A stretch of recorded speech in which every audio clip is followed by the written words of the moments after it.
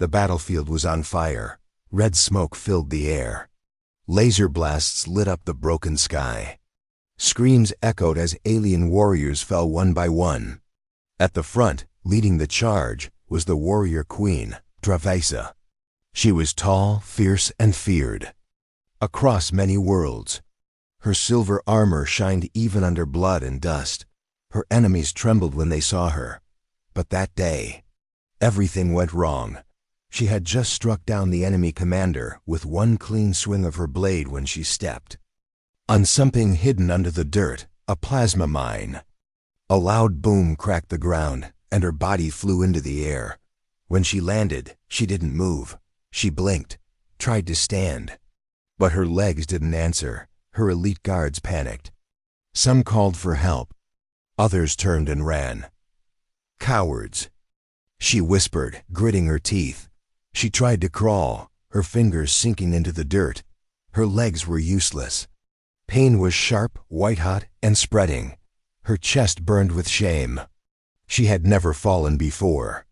She had never needed help, and now she was helpless in the middle of a battlefield. Her voice roared out, "Anyone who helps me will be rewarded with lands and gold." But no one came, except one. Through the smoke, a shadow walked slowly toward her, a thin figure, dirty, wounded, wearing simple chains on his wrists. A human. He was a slave. Bought in trade, assigned to carry weapons and clean blood. She had seen him once, cleaning the floor near her throne. She didn't even remember his name. "What are you doing here?" She snapped. He didn't answer. Just looked at her. Not with fear, but with calm eyes.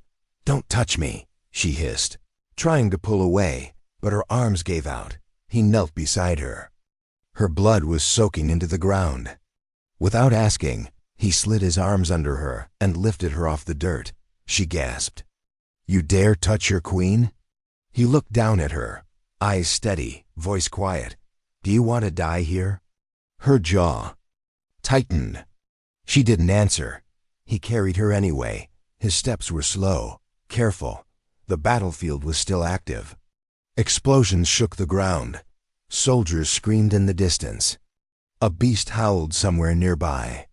He ducked behind burned-out ships, hiding in broken shadows, moving only when it was safe. Dravesa was breathing hard. Her pride was heavier than her body. She hated him. Hated how easily he carried her.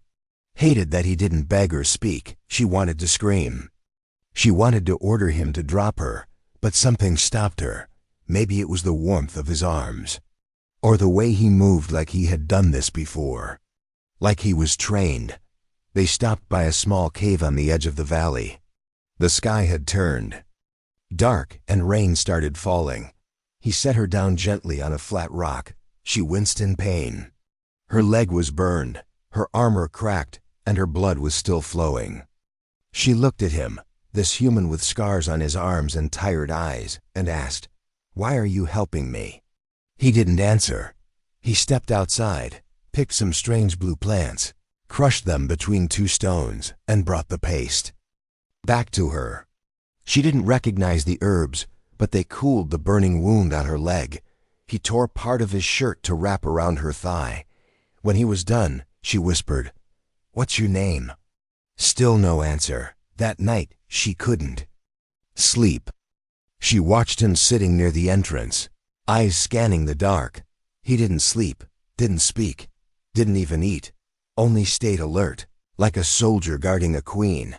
But that made no sense. He was just a slave, wasn't he? Her eyes closed from pain and exhaustion. The last thing she saw before sleep took her was the silhouette of a human, still watching, still protecting. And in her chest, something new stirred. Not fear, not hate, but confusion. Why does this human fight harder for her than her own people? And who was he, really? She woke to pain and silence. The fire from the battlefield was gone now, replaced by cold wind. Her skin burned under her armor. Her legs were wrapped in cloth. She moved slightly. Sharp pain shot up her spine. A soft groan escaped her lips. Cave around her was dim. Shadows danced on the walls from a small fire. Then she saw him. The human sat quietly near the entrance. His back was to her. He wasn't resting. He was sharpening a metal shard, no larger than a hand. His clothes were soaked, torn at the edges. Blood from his shoulder still leaked through the cloth. But he made no sound. He had not run. He had not left her behind. He was still here. She wanted to speak, to ask why. But her pride held her mouth shut. Instead, she watched. He took the blade and sliced his palm gently, on purpose. Then dipped his finger into the blood and began drawing. Symbols on the cave wall. Strange ones, old ones. Her eyes narrowed. She recognized them barely. They were ancient warrior marks. The kind her own people had buried under silence. The kind used by royal protectors. Centuries ago. Her voice was low, rough. "Where did you learn that?" He paused. Didn't look back. His voice, when it came, was quiet. I watched. That's not an answer. Still, he didn't turn. I was taken young, but not too young to remember. She frowned. "You're saying you were trained?" He said nothing. She wanted to push more. But the fire in her body reminded her. She couldn't even stand, and yet he had carried her. Protected her. Bled for her. For what? No gold. No title. No promise. Only silence. Later, he brought water from the river in his hands. She refused to drink at first. But her mouth was dry, and her pride weaker than her thirst. He let her sip. Still no words. Still no name. She stared at him, then said, "Why do you act like you know how to save a queen?" He met her eyes. "Because I once failed one." Her breath caught. Just for a moment. Before she could ask more, a sound echoed from the trees, low growling. A beast. He stood at once, eyes scanning the dark. Then he grabbed a long branch and stepped outside, without a word. She heard the growl rise. She heard the clash. And then silence again. When he returned, his shoulder was bitten. Blood dripped down his arm. In the other hand, he held the beast's broken tooth. He dropped it beside her like an offering. She looked at it, then at him. "You're not just a slave," she whispered. "Are you?" He sat back, wrapping his arm with cloth. "I'm whatever you need me to be right now." The silence between them grew heavier. For the first time, she didn't feel like a queen. She felt like something smaller. Someone broken. And yet, someone being protected. That night, the human leaned against the wall and finally closed his eyes. The blade stayed in his hand. She looked at him as he slept, his chest rising slowly, his wounds still raw. He had no armor, no rank, no reason. And yet, he fought harder for her than any of her royal guard ever did. Something stirred inside her again. Not pride, not hate, but trust. She turned away. And whispered, so quiet even she wasn't sure she said it aloud, "Don't die." The rain wouldn't stop. Water dripped through cracks in the rocks. The small fire had died. The warrior queen lay on the cold ground, her breathing shallow. Her lips were pale, and her hands shook. Her body was burning with fever. Infection had started. She could barely open her eyes. The human returned from the jungle, soaked and bleeding again. His hands clutched damp herbs, crushed roots, and glowing blue mushrooms that glimmered in the dark. His legs were scratched. His foot was cut open, but he didn't care. He knelt beside her and whispered, "You have to drink this." She tried to push him away, weakly. "No, it's poison." "It's not," he said calmly. "It'll cool your blood." Her pride was dying faster than her body. She didn't have the strength to fight.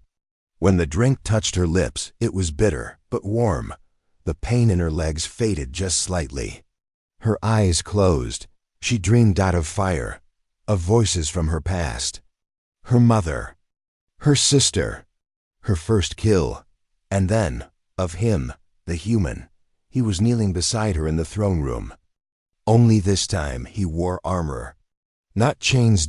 She woke with a sharp breath. The fever had dropped. She was sweating. But she could feel her arms again. Even her fingers twitched. The human was asleep this time, sitting against the cave wall. His head tilted down. The blade still rested on his lap. She looked at him for a long time. How strange. He had fought beasts, found medicine, made fire, built shelter, carried her without asking for a single word in return. No man, alien or human, had ever done. So much for her without expecting reward. Her gaze fell on his chest.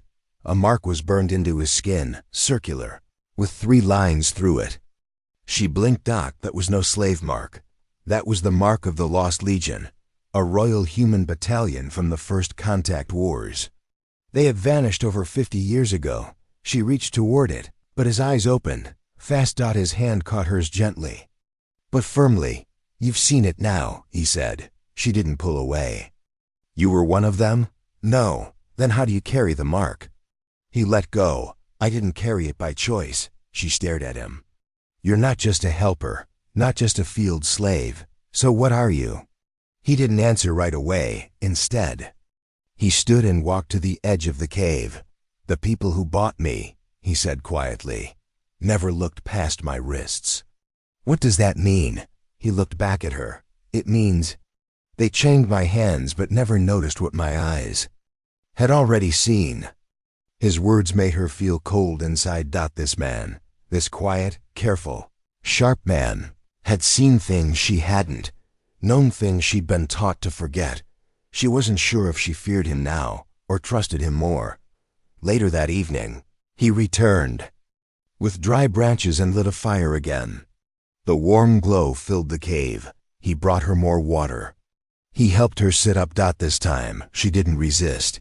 She sat quietly, watching him. Then, something unexpected happened. She laughed, just once. A soft, strange laugh. "You're not afraid of me," she said. He tilted his head. "Should I be?" She smirked weakly.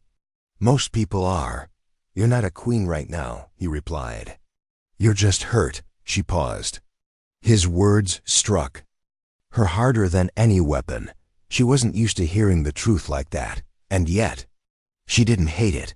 Before sleep took her again, she said something she never thought she'd say to a human slave. "What's your name?" He looked at her. Calm, steady. Then he finally spoke. "Call me Kale." The sky turned gray as Kale tightened the last vine on the stretcher. Dravexa watched from the cave floor, silent. Her pride still flickered, but it had burned too long without fuel. She was weak, and she knew it. Her legs could not move, even after the strange herbs, even after the fever faded. Her limbs stayed limp and cold, numb. She stared at them with quiet anger. Her legs had once kicked down iron gates. Now they were useless. Kale knelt beside her again. "I've made something to move you," he said. She looked at the stretcher, rough but strong. 2 long branches, metal scraps from the battlefield, held together by cloth strips, rope from his belt, and even a bit of her royal cape. "You plan to drag me like luggage?" she said, half mocking. He didn't flinch. "Better than leaving you to rot." Her lips almost curved into a smile. Almost. She didn't resist as he lifted her again. This time she was lighter. Or maybe he had simply grown used to her weight. They moved slowly, deeper into the jungle. Thick leaves brushed against her arms. Alien birds screeched above. Somewhere far away, something large was moving, but it didn't come close. "Where are we going?" she asked. "There's a ruin," he said. "Old. Your kind abandoned it. My kind, we never forgot it." She stared at the back of his head. "What kind are you, Kale?" He didn't answer. Hours passed. Sweat poured down his face. His arms bled from thorns and cuts, but he didn't stop. She saw him breathing hard, lips dry, legs shaking. Still, he dragged the stretcher forward without complaint. No soldier would have done this for her. No royal knight. Only him. Night was falling when they reached the stone gates. The jungle had overgrown the structure, vines swallowing half of Ancient symbols glowed faintly under the moss, the mark of her ancestors, this place. She remembered it. Barely. It was the Temple of Awakening, used only during coronation rites centuries ago. It had been sealed after the Great Betrayal. No one returned, no one, except this slave. Why did you bring me here? She asked, eyes wide with suspicion. Kale stepped forward, pulled off his glove, and pressed his bloody palm against the stone. Door. The glow pulsed. Then the doors opened. Her breath caught. Why did it respond to you? She whispered. I've bled for your kind, he said simply. That's enough. The hall inside was silent, dusty, sacred. The air smelled old, like forgotten books and faded oaths. Kale carried her through the hallway, stepping on stones carved with royal words. When he reached the altar, he gently placed her on the cold stone slab. Dravexa looked around. This place was not just sacred. It was forbidden. Only high bloodlines could walk here. Even her own sister had never seen it. Kale opened the box. Hidden inside the wall, inside, a vial of glowing silver liquid. Forbidden's royal medicine. Lost for ages. She gasped. That's from the time of the flame. He nodded. And it only works when given by one who has nothing to gain. He lifted the vial toward her lips. She hesitated. Why? She whispered. Why are you really helping me? He looked into her eyes. Because your people destroyed mine. And I still choose to save you. She froze, not in fear, but in guilt. For the first time in her life, she felt it. He had nothing, yet gave everything. She drank. The liquid burned through her chest like fire and light mixed together. Her heart thundered, her veins lit up. Her back arched as heat flooded her spine. She screamed, not in pain, but in something more ancient. A force she couldn't name. And then, she felt her toes. She felt her knees. She moved her legs. She sat up, her eyes wide with shock. Her body trembled, but the strength was returning. Kale stepped back, watching. Quiet, Dravexa stood on shaking legs. Took one step, then two, then dropped to her knees in front of him. He reached to help her up, but she stopped him. Her eyes burned with something deeper than fire. You didn't just save me, she said. You reminded me what it means to serve, not from duty, but from choice. And for the first time, she bowed her head, not as a queen, but as a woman in debt to a man the world called worthless. Her legs still trembled as she stood inside the ancient ruin, but she stood. She touched the altar she had just risen from. It was smooth and warm, even though no fire burned nearby. She looked down at her hands. They were shaking. Not from weakness. From something else. Awakening. Kale didn't speak. He watched her silently from the shadows. His wounds were wrapped, but fresh blood still marked his arm and neck. He didn't ask for help. Didn't rest. She stepped toward him, slow but steady. You knew this place before I did, she said quietly. You knew what was hidden here. He nodded. She asked, how? His voice came soft but clear. Because long ago, before the war, my people helped build it. Dravexa froze. That's impossible, she said. Only royal blood could walk these halls. Kale walked past her and touched the wall. Symbols lit up under his palm. Golden, warm, alive. I never said I was common, he replied. Just forgotten. She felt her mouth go dry. The Empire had erased many names, burned whole records of the first human alliance. It was easier to rule that way, easier to control when you destroyed history. She looked at him again, truly looked. Not as a slave, not as a man, but as a puzzle, and perhaps something more. A voice echoed suddenly through the chamber, mechanical, deep, old. The oath has been fulfilled. The protector has returned. Kale turned toward the sound. Dravexa stepped back. What does it mean? He didn't answer right away. Then he said, it means you're not just healed. You're chosen again. A hidden panel opened at the far end of the hall. Inside it, armor, but not like hers. It shimmered with living light, forged not for royalty, but for war-born souls. On its chestplate, a symbol pulsed, the same mark on Kale's body. "I don't understand," she whispered. "You will," he replied. Then he picked up the armor and handed it to her. "Put it on." They left the ruin before sunrise. The jungle seemed quieter now, like the world around them had noticed the change. Dravixa wore the new armor, lighter than her own, stronger. She could feel its energy pulse with every breath. Carried nothing but his broken blade. "You should take a weapon," she said. "I already did," he replied. She raised a brow. "What?" They walked in silence after that, not because there was nothing to say, but because too much had changed to speak quickly. But peace didn't last long. By midday, they reached the outer valley. And stout soldiers stood waiting. Not her soldiers. These were bounty hunters, marked with jagged armor and red faceplates. Mercenaries from the Guild of Vorn, known for one thing: they never captured. Only killed. The leader stepped forward and looked directly at Dravixa. "Queen or not, your price is high," he said. "They want your head, and his." Kale stepped forward. The mercenaries laughed. "What's a human going to do? Clean our boots?" Kale dropped his broken blade to the ground. And pulled a small hilt from under his shirt. A dull, rusted grip with no edge. Then it lit up. A silver beam snapped to life, humming, swirling with royal energy. It wasn't just a weapon. It was a royal protector's soul blade. Dravixa stared in shock. Only the ancient elite had ever wielded such blades, and even then, only after swearing a bond to the throne. Her voice shook. You were a protector?"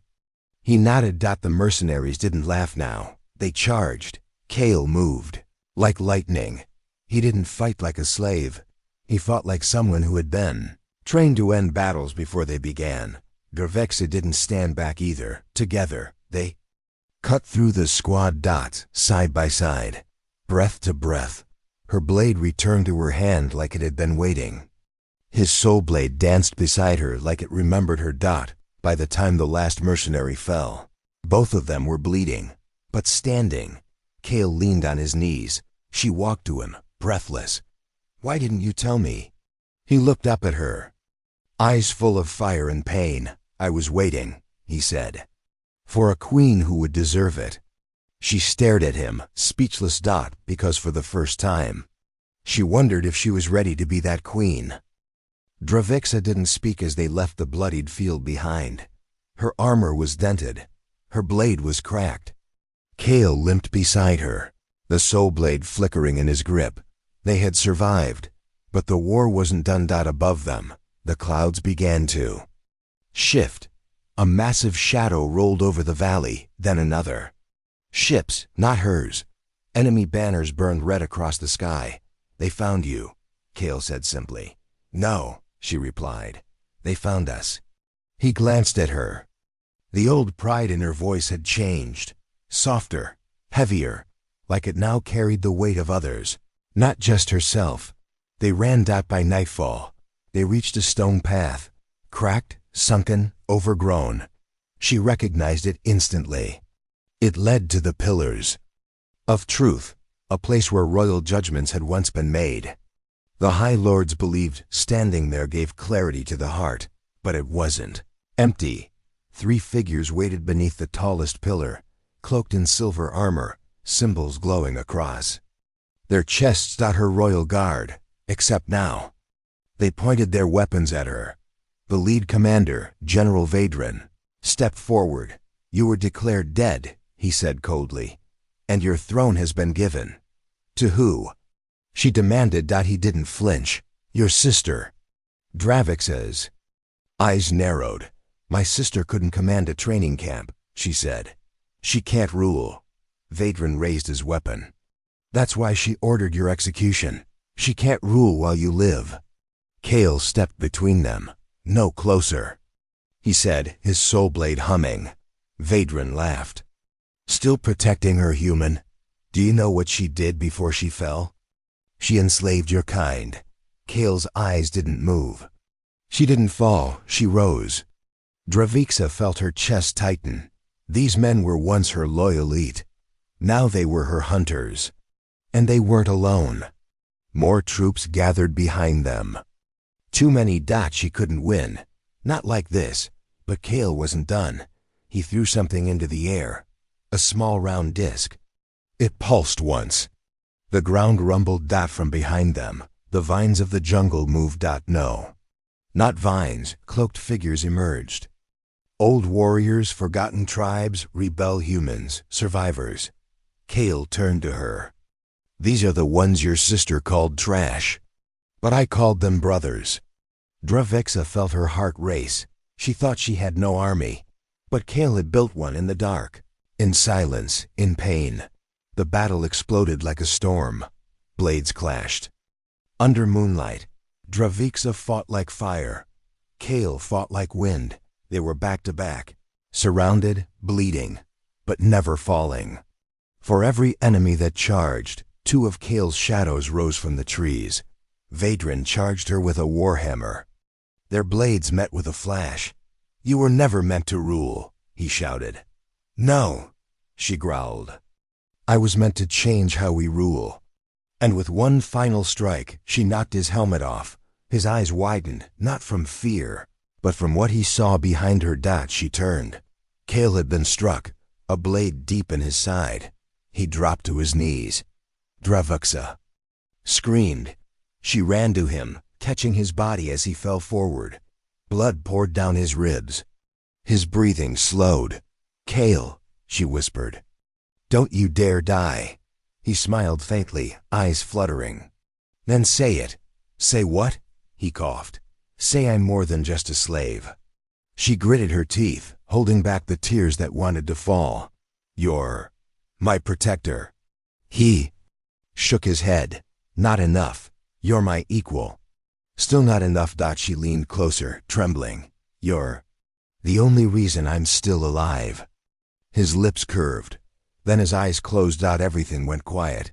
But not for long, because his soul blade, still pulsing, rose on its own and hovered in the air, pointing toward the enemy lines. The energy grew brighter and brighter until even the stars above blinked. Dravixa stared at the blade. As it spun, something ancient was waking. Kale may have fallen, but something inside him was not done. The soul blade floated in the air, humming like a living storm. Dravixa stared in disbelief. Kale's body lay in her arms, still, pale. His breath was faint. But the blade burned brighter than ever. It pointed outward, straight, at the enemy troops gathering along the ridge. And then it moved. With a sound like thunder cracking through time, the blade shot into the sky. A streak of light split the clouds, and from it, a voice echoed. A voice not heard in 1,000 years. Oath remembered. Protector awakened. Judgment begins. The enemy line froze. Some dropped their weapons. Others fell to their knees. But Dravixa, she didn't freeze. She stood, covered in dirt and blood, her armor cracked, her hands trembling, but her eyes, they burned with something ancient. She placed Kale gently on the stone, then turned to the troops behind her, Kale's rebels, old soldiers, outcasts, even former enemies who had once fought against her name. All silent now, watching, she raised her voice. You all followed a man with no crown. A man you once saw as nothing. She looked down at Kale, still breathing, barely. He gave me back my strength. He gave me back my kingdom. And now he gives me something greater. Her voice rose like a storm. He gave me truth. She turned to the royal troops, the ones her sister had sent to kill her. You want the throne? She shouted. Come take it.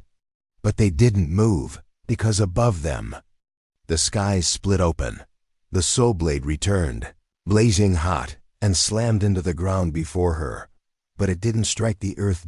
It planted itself, and from the soil, where it stood, ancient golden light burst upward, forming a ring of burning script in the air. Only the worthy may pass the battlefield. Stop breathing. Dravexa stepped forward. The ring pulsed. The light brushed against her armor, her skin, and accepted her. She passed through. One by one, Kale's allies followed.